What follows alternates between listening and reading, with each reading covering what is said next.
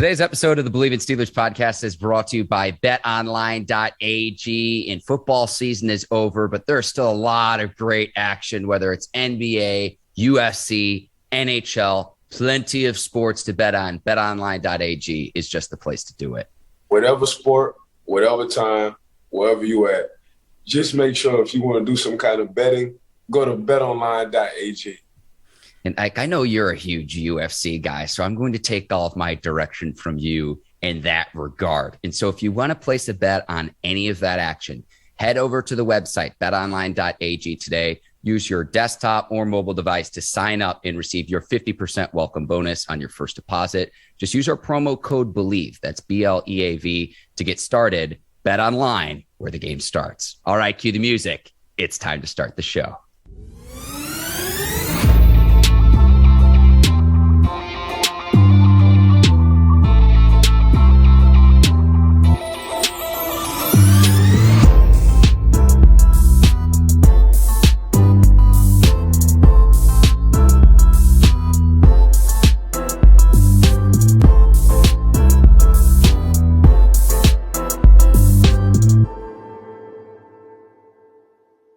Welcome to the Bleav in Steelers podcast on the Bleav Podcast Network. I'm your host, Mark Bergin, joined as always by my guy, two-time Super Bowl champion and 12-year veteran of the Pittsburgh Steelers, number 24, Ike Taylor. IT, an entertaining Super Bowl. Rams take care of business, beat the Bengals to win Super Bowl 56.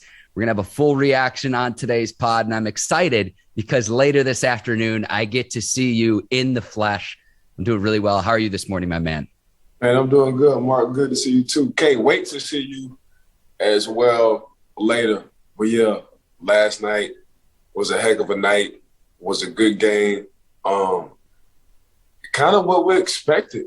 You know, if it was going to be a blowout, the Rams was going to blow Cincinnati out. If it was going to be close, because Cincinnati kept it and wanted it to be close. So that's exactly what I kind of expected.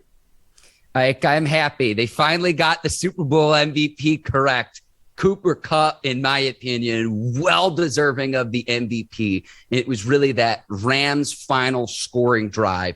Odell Beckham Jr. is injured. Higbee is injured. And it was play after play after play after play. When the Rams needed it most, Cooper Kupp was the guy. And you put your players in a position to succeed, and you need your star players to make plays when you need it most.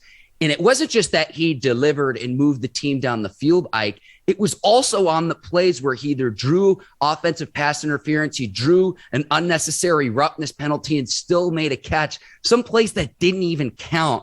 The physicality the Bengals played with was incredible, but Cooper Kupp stood and took it and delivered play after play after play after play. I'm glad to see he won Super Bowl MVP because I thought he was most deserving. Mister, give me the ball on the last drive. That's all I want. That's Cooper Kupp. Mister, this is what I've been doing the whole season. That's Cooper Kupp. Mister, man, y'all keep sleeping on me every day. Y'all need to find out what number 10 is on the field. That's Cooper Kupp. Mr. Super Bowl MVP, and you said it right, Mark. I'm so glad they got this one right because he definitely deserved it. That's Cooper Kupp. Mr. Man, I don't say too much. I just go about my business, handle my business, and break records. It's Cooper Kupp. Mr. Man, let me get this triple crown. That's Cooper Kupp. So Cooper Kupp, man, just do everything you want to do. I'm sure, and I never met Cooper Kupp, but I'm sure as a coach, you will want every person to walk in your facility to have the mindset, the determination, the man ain't never got to worry about off the field issues like a Cooper Kupp. That's just what he is. Mr. Man, me and, Matthew Stafford going to get up 5:30 in the morning to go watch some tape for everybody. That's Cooper Kupp. So when Matthew Stafford is in the jam, who you think he's going to rely on? He's going to rely on Cooper Kupp. Coach Sean McCay, when they're making calls for the last drive to try to win the game to come back from the Cincinnati Bengals, who you think number he's going to call? He's going to call Cooper Kupp. So you can say whatever you want to. You can go all these flashy guys. You can do the Jalen's. You can do the Aaron Donalds. You can do the Von Millers. You can do the OBJs. You can even do for a short stint a Matthew Stafford. By the end of the day, the LA Rams is Cooper Kupp. And I love Aaron Donald. And Aaron Donald did seal the deal last night. to make sure he got, like he said earlier, to make sure he got his ring. He sealed the deal. But even with Coach Sean McCay, you take Cooper Kupp out of the situation, you take him off the team, I don't know what the LA Rams would be. So congratulations not only to the LA Rams, to Aaron Donald for sure, OBJ, my dog, but Cooper Kupp. God, it's hard. He's the best. He's the most valuable player on the LA Rams team. I would say that. Ike, I would have liked to see him get more consideration for regular season MVP, more than 2,400 receiving yards, both regular season and postseason combined. Most ever, shatters Larry Fitzgerald and Jerry Rice's previous records. Both were in the 1,900-yard range. Now, remember, 17-game regular season, you have an additional game, but it wasn't just the regular season. Throughout the playoffs, time and time again, when the Rams' back was up against the wall, Kupp was the guy who delivered for them consistently. In the Super Bowl, Rams have the ball at their own 30-yard line, a 4th and 1, 5 minutes left in the game. And it's like, yeah, you've got all 3 timeouts, but if you punt the ball back to the Bengals, you might not get the ball back. And they decide to run the right end round to Cooper Kupp. He gets a 7-yard gain and keeps the drive going. It was that 7-yard rush. He had an 8-yard reception, a 22-yard reception, an 8-yard reception, and then drawing penalties as well. And like the catch he had where he caught it and they said that the defender was penalized for unnecessary roughness and there were offsetting penalties. It wasn't just the plays where the Rams gained yardage because of what Kupp did. I also thought it was the plays where he endured just so much physicality and punishment from the Bengals team, and he still consistently delivered. He drew penalties, and it was all Kupp on that last drive. I mean, like, the 22-yard completion Stafford had to him on the no look was pretty remarkable. But again, the Bengals really had to stop one guy, and they weren't able to do it. Cooper Kupp, hats off, Super Bowl MVP on what made it's the greatest single season we've seen from a receiver in NFL history. And I hope we can continue to see this because I think teams are going to continue to key in on and target him. That's where you go to an OBJ. OBJ obviously getting hurt, and the way OBJ started this game, it was like, man, like he might have a great game too because of the attention that Kupp draws. But when the Rams absolutely needed it, he was the guy. And I'm glad that like they didn't give it to just the quarterback and Stafford, and Aaron Donald was terrific too, making the key play and the key stop for the Rams down the stretch. But if not for Kupp, the Rams would not have won this game. And again, I feel like we talk every year with the Super Bowl, Ike, and it's like, are we sure this other player's not the MVP? I thought they finally got it right this year. Nah, you and I on the same page with the MVP. I thought for sure, NFL got it right with Cooper Kupp because I felt in my mind he was definitely the MVP. Cincinnati blew it 3 times. You got to get some kind of points when you're up 4. If you don't get any points when you're up 4 and you keep giving teams opportunities, eventually in the NFL they're gonna wind up scoring. Mm-hmm. So, but the only thing that haunted them, I thought in my mind, it wasn't even the play; it was the penalty. One of the teammates came off the bench and got on the field, so they wind up getting the interception on Matthew Stafford. So they took points off the board, but at the same time, you give a 90. It was 1 minute and 23 seconds left, and they had 2 timeouts left, and you wind up getting an unsportsmanlike conduct because one of your teammates ran on the field. You know what I'm saying? Wasn't even dressed, ran on the field. So I thought that kind of took momentum away from the Cincinnati Bengals because, man, you give me 15 yards back, ain't no telling what McPherson can do. At least we're going to go and see. You already was going for it on 4th and 1 a few times in the game, so your mind was already made up, man. We came here to win. We're not putting this ball. You sat there and told your punter for the game, hey, if it's anything under 4th and 2, hey, go ahead on, sit down because we're going for it. But I felt like that unsportsmanlike penalty hurted the Cincinnati Bengals. And when you're up 2014 and you get opportunities after opportunities, and I know Joe Burrow was hurt. I get that part. Mm-hmm. But, man, Super Bowl. And you got to find a way to get some kind of first downs. 3 first downs would have put you in the driver's seat. At least get some points. You know what I'm saying? So That's just what it is. And believe me, I know there's no guarantee on going back. Everything got to kind of work out perfect for you during that season. The quarterback got to stay healthy. Your receivers got to stay healthy. Like, you damn near have to have a perfect season. Yeah, you might have an injury or two, and you might have a guy who will step up and be an unsung hero. But for the most part, to make it to the Super Bowl, everybody pretty much got to be healthy. You know, just look at how the LA Rams made it. Everybody was healthy. Tom Brady, when he wasn't retired, for the most part, everybody was healthy. But then when everybody became unhealthy, you needed Cooper Kupp on that last drive. You know what I'm saying? Like, that's exactly what you need. But for me, the Cincinnati Bengals, they had the opportunity. They just didn't capitalize at the end. Under 6 minutes, they had the opportunity to seal the deal and close the game. And you got to be able to capitalize, because you never know, or you don't know if you're going to get back to a Super Bowl. Just look at Aaron Rodgers. Last time Aaron Rodgers has been back to a Super Bowl, it was 2009, Mark. It's 2022. So nothing isn't guaranteed. You know what I'm saying? So that's what these guys got to see. But massive shout out to the LA Rams. They did exactly what they needed to do to get that Super Bowl. I only have one thing to check of everything you just said there. You said McPherson. It's shooter McPherson. I wanted to see the Bengals rookie kicker get a chance at the end. Bengals not able to move the ball down the field. Burrow, who was hurt with his knee injury, we'll find out more on how severe it was. I wouldn't be surprised if it was a really bad knee injury. Burrow running for his life, sacked 7 times last night, tied for most in Super Bowl history. So that's one thing that the Bengals will need to do in the offseason is shore things up. Shout out to the Rams too. Sean McVay supplants Mike Tomlin, is the youngest head coach to win a Super Bowl. McVay, 36 years old in 20 days. Tomlin was 36 years old, 323 days old when he won the Super Bowl.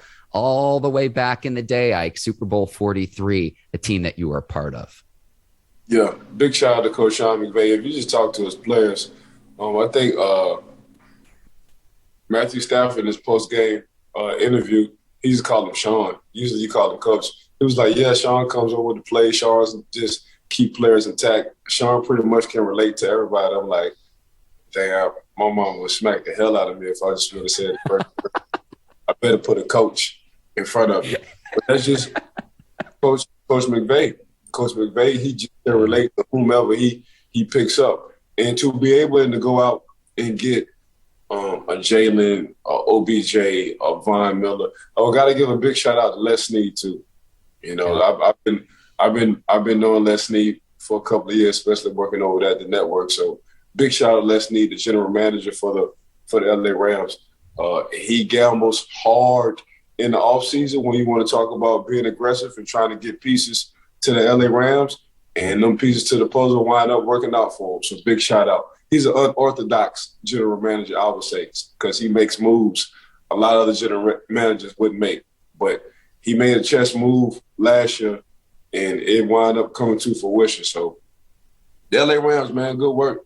The Cincinnati Bengals, I went to betonline.ag, and I did want them to win, but obviously I came up short. But it's all good. But it was an exciting game to me. Joe Burrow, he's really that cool under pressure guy. I think the only bad pass I seen from him was it was a 3rd and 9, and he stepped up in the pocket and he wound up throwing it in the dirt to Jamar Chase. I felt like that will kind of seal the deal to close the game as well in the second half. That's just what it is, man. That game was good for me. I had a good time. Shout out to Miss Courtney, too, who's in charge of Brinks TV. Had a good time on the podcast last night. Let's go. She gave me an invite.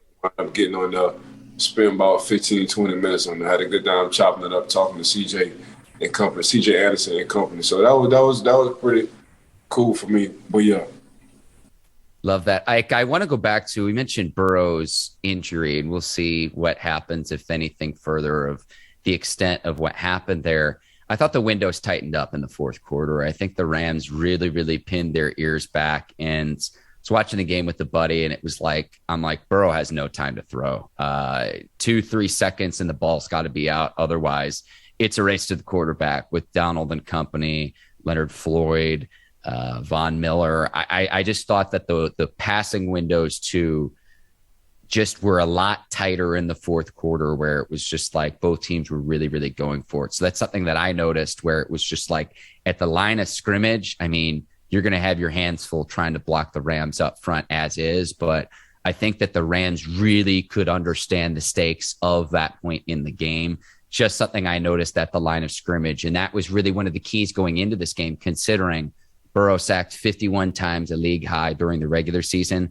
sacked 9 times in the Bengals playoff win against the number 1 seeded Tennessee Titans on the road at Nissan Stadium in Nashville. Last night, sacked 7 times. And so that was really going to be one of the keys to the game. Is this something that Burrow can overcome? He didn't make excuses all season long. He doesn't, ream his guys out on the sideline or sell them to dry, when he's asked about it by media members. That's what true leadership does. Hopefully the Bengals can do things, in the offseason to where, he's not running for his life on every single play, because even despite all of that, he's still a terrific quarterback. And we've talked about this too, like in the AFC, and this is something we're going to talk about a little bit later in the show of, who our Super Bowl favorite in Super Bowl 57 will be. But in the AFC, you look at Mahomes, you look at Burrow, Herbert, and Josh Allen, those 4. I think that those 4 might be trading off Lombardis for the next several years. Yeah, it's going to be, if you're a quarterback in the AFC, we forgot about a injured Lamar Jackson as well. Thank you. Yes. Thank you, Ike. We talking about five quarterbacks. We talking about MVPs in the AFC. Patrick Mahomes, and Lamar Jackson. Them boys can get a job done. Then you add in the Joe Burrow and the Josh Allen and Justin Herbert. Like, what the hell? And if you quietly see some guy just straggling around the six, you're talking about Derek Carr. So it's a lot going on in the AFC. I'm just upset everybody in the AFC. I wanted to spread around a little bit. Some of the guys can go to the NFC to make this thing more competitive. But Mark, I thought, and even though he started it woke him up. Aaron Donald, when he pushed Joe Burrow on their sideline out of bounds for that play when he was scrambling, and everybody, as they should, his offensive line, as they should, come and protect their quarterback and Joe Burrow and his team, that Cincinnati team. From that point on, Aaron Donald just said, F it. That's my personal opinion. Because after that, when he just went bonkers. He went bananas. He went 8.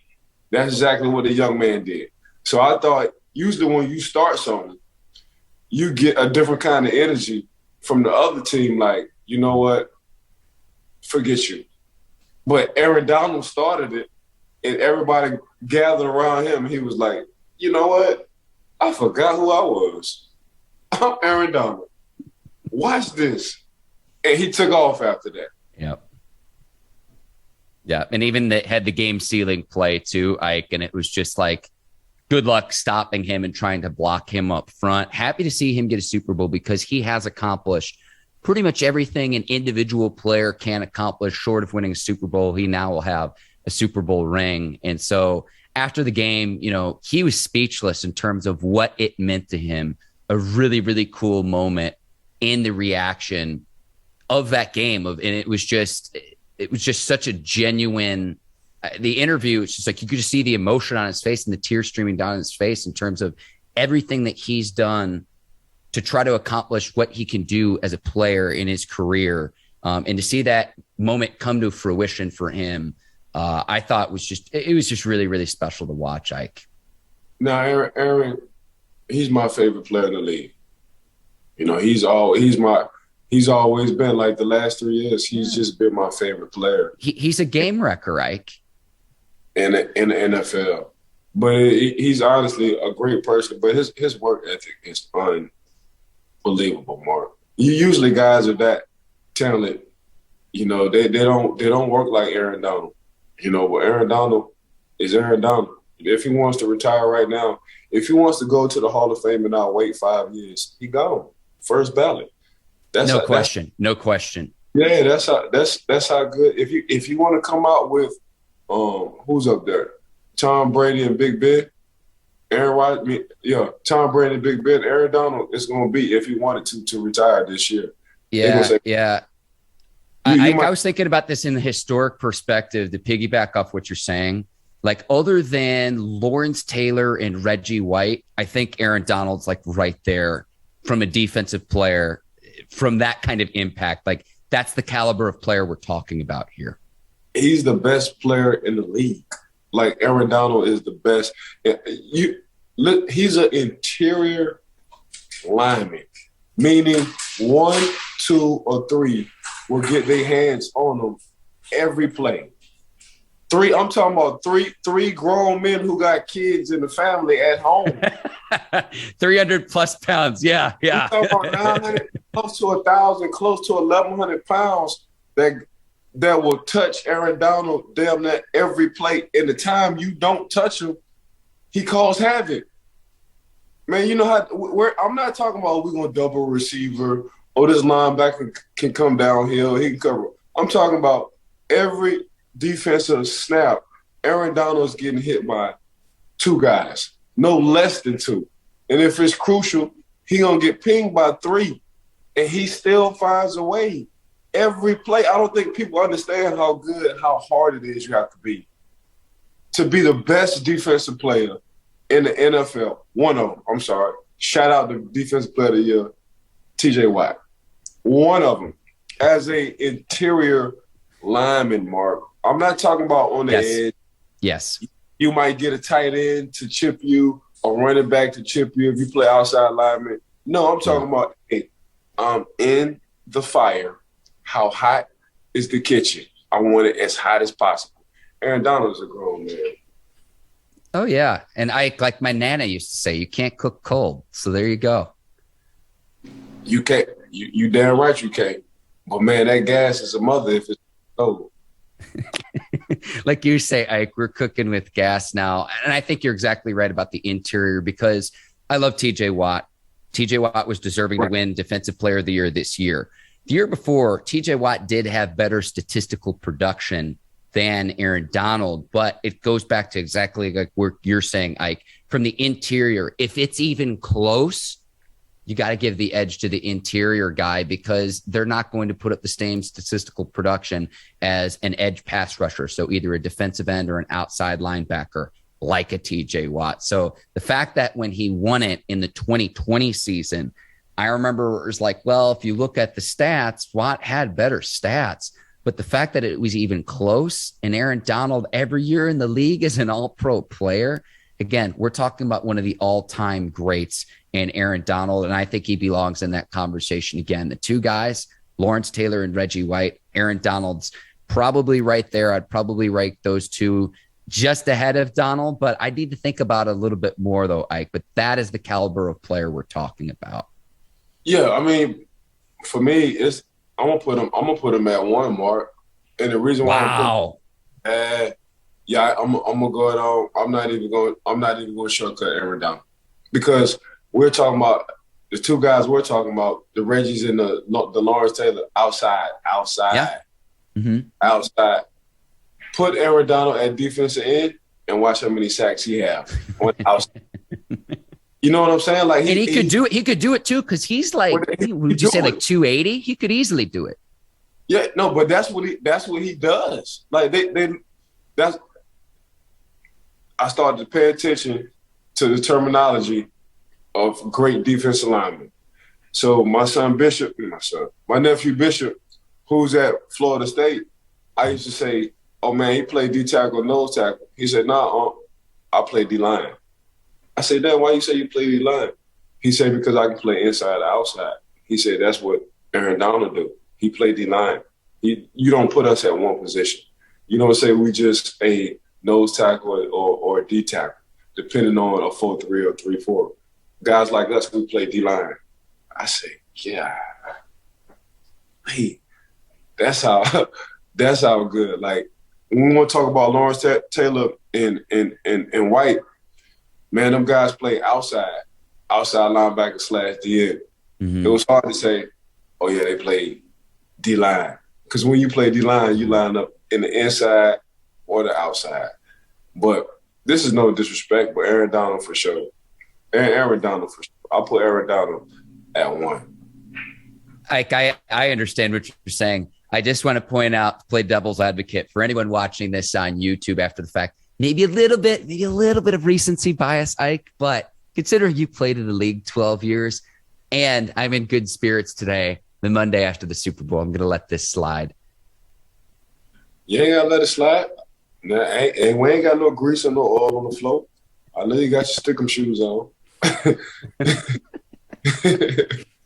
Ike, we got to take a quick break to tell our listeners and viewers about BetterHelp.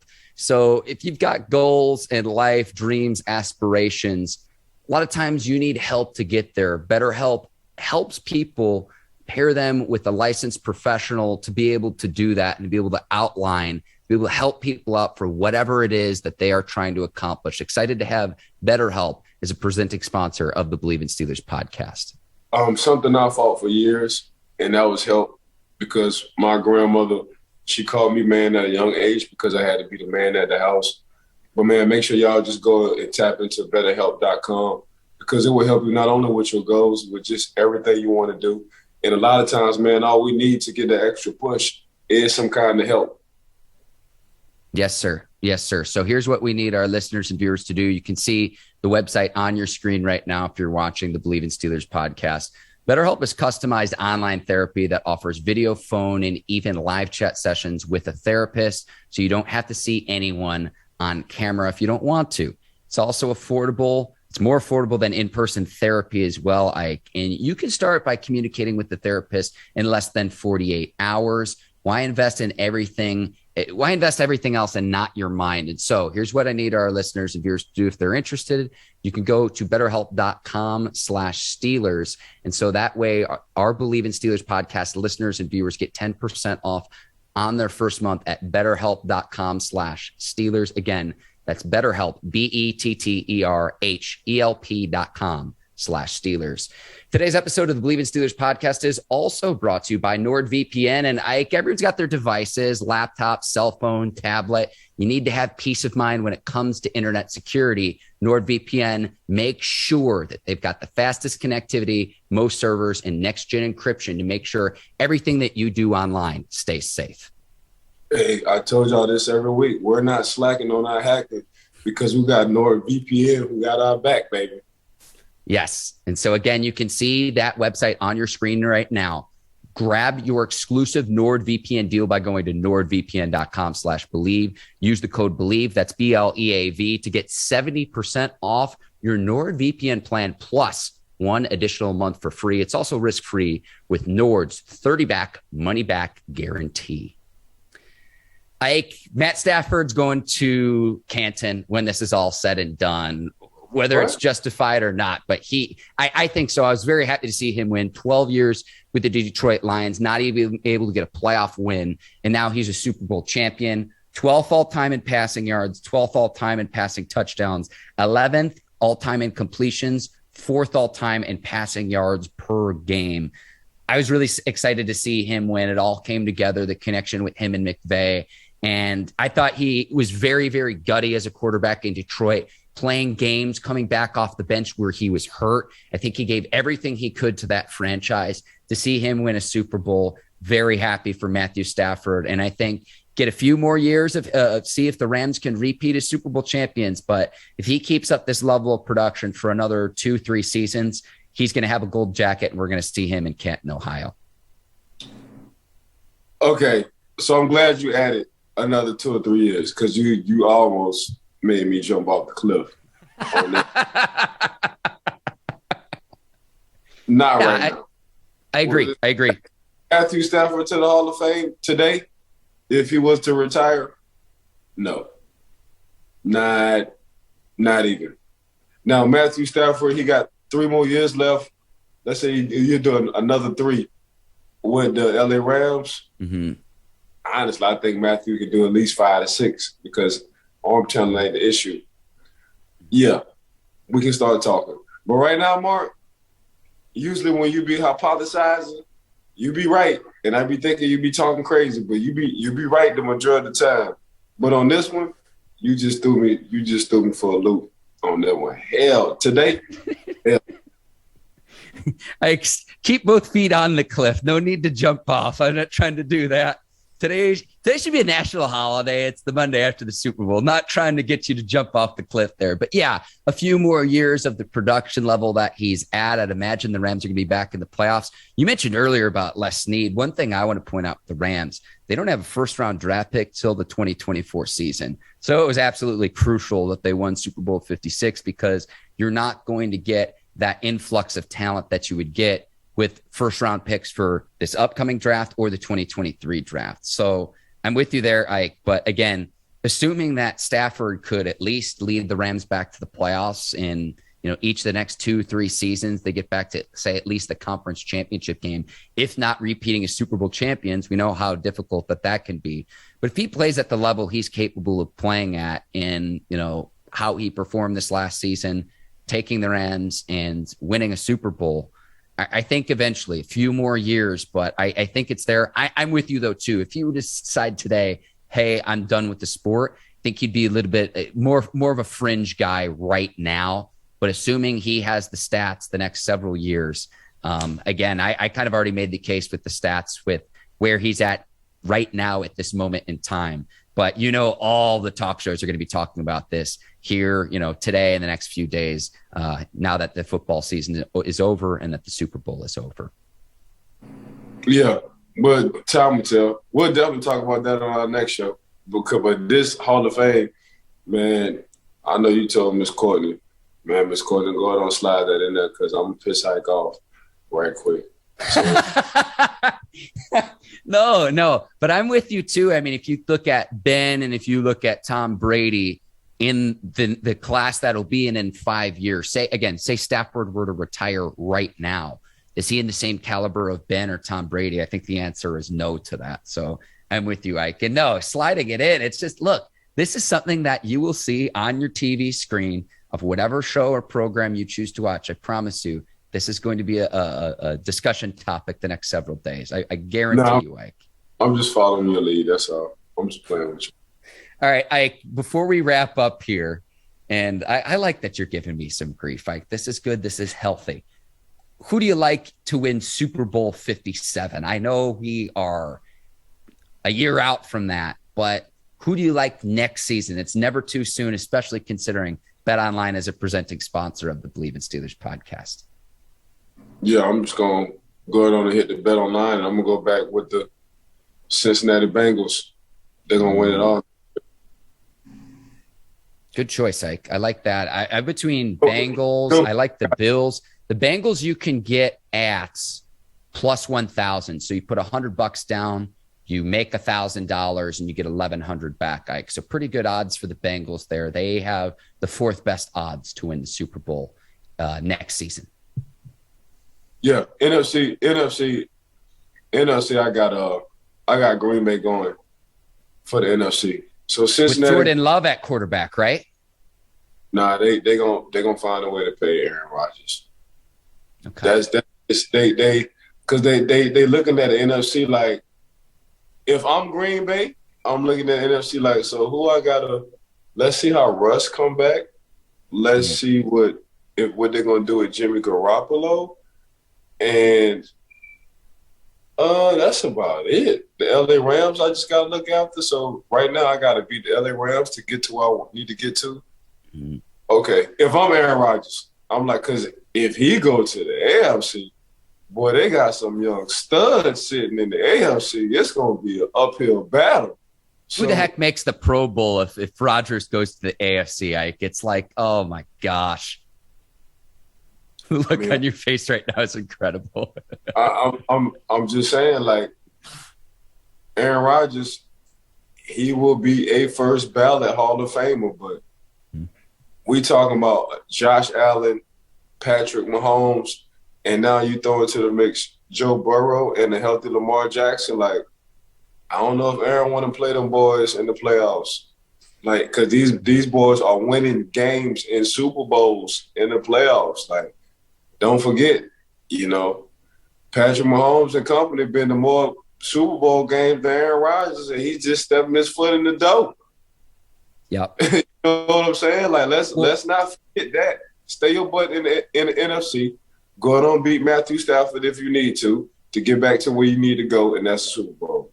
Yeah, I look at Josh Allen, who had near perfect quarterback play in the postseason, 9 total touchdowns, 0 turnovers, and he still loses in the playoffs. I'd rather go through the NFC too, like from a quarterback standpoint. I'm with you 100%. Easy. So the Super Bowl next year is going to be in Glendale, Arizona. 2024 is going to be in Las Vegas, Nevada. And then 2025, Ike, you're home, the Superdome, New Orleans, Louisiana. So that's the next 3 years of Super Bowls, but be in Glendale, Arizona next year in 2023. Heck of a season. And Ike, we kind of teased ahead to this. We're going to have heck of a time figuring out the quarterback carousel throughout this league. We will also have a position group by position group breakdown of top 5 guys in the 2022 draft at each position, which we did last year too. So we've got our listeners and viewers covered in the coming weeks on the Bleav in Steelers podcast. No, we're going to be entering the offseason, but between now and April's draft, there is going to be plenty to cover. So Ike, yet another season wrapping up with you. This is our 3rd season together doing this show, but it continues on in the offseason. I'm really, really excited to talk draft with you too, because that is your wheelhouse, Ike Taylor. Watching tape of these young prospects, I know is something that you really enjoy doing, and your analysis is right on the money when it comes to the draft and draft prospects. Well, I appreciate you, Mark. Can't wait to get into this draft. Keeps me in the game, keeps me in tune, keeps me even more educated, especially when we talk about guys during the season where they're coming in first round and they start as rookie, or whether they just slid in the 6th round, somebody that got hurt, and they playing at an expectation people didn't think. That's us because we're able to talk about them because we're doing our homework. That's what I love about, the upcoming draft, but, top 5, top 8, top 10 positions, every positions. This is what we do, ladies and gentlemen. Mark and I, when it comes down, like, I'll leave it up to Mark to kind of take over during the season. But for the off season, I tell Mark, man, pick your feet up, take a vacation, because this is exactly what I'm going to do, man. I'm going to put my general manager hat on, and we're going to kick the butt when it comes down to talking about these prospects. But make sure, man, y'all subscribe and give us a 5-star piece. Thanks for listening and tuning in to our show. Got to give a massive shout out. Hold on. I got to say this. I got to pay some bills. So paying some bills is giving some credit to our sponsors. Got to give a massive shout out to betonline.ag, Brinks TV, a major shout out to Bleav in Steelers podcast for giving Mark and I the opportunity. Man, if y'all need anything, if y'all ain't slacking on y'all hacking, make sure y'all go to NordVPN.com. And if you need any kind of help, regardless on what your goal is, make sure y'all go to BetterHelp.com. They would gladly help whatever you need done. But yeah, man, this is exactly what we do. We VPN, we NordVPN.com. We get some help if we need it from BetterHelp.com. Make sure if you're thinking you want to put a dime on something, you go to Bet Online and check Mark and I out. I couldn't have put it better myself. What a season. Ike, we're going to be back on Friday. More recap from Super Bowl 56. And again, a busy offseason ahead. A lot of changes for the Steelers, too, that we all know about. General manager, quarterback. We now know who the defensive coordinator is, too, but it's going to be a fun offseason. Steelers have the 20th pick in the 2022 draft. So a lot ahead on the Bleav in Steelers podcast. I just want to thank you, too, Ike, for yet another season. This is something I get to do each week. So much fun with you, the Bleav Podcast Network, and the Brinks TV crew. So I'll go ahead and sign off for the both of us here. For Ike Taylor, I'm Mark Bergin. Thank you for listening and watching the Bleav in Steelers podcast. We will see you later this week on Friday. Take care. So long, everyone. We'll see you then. Peace.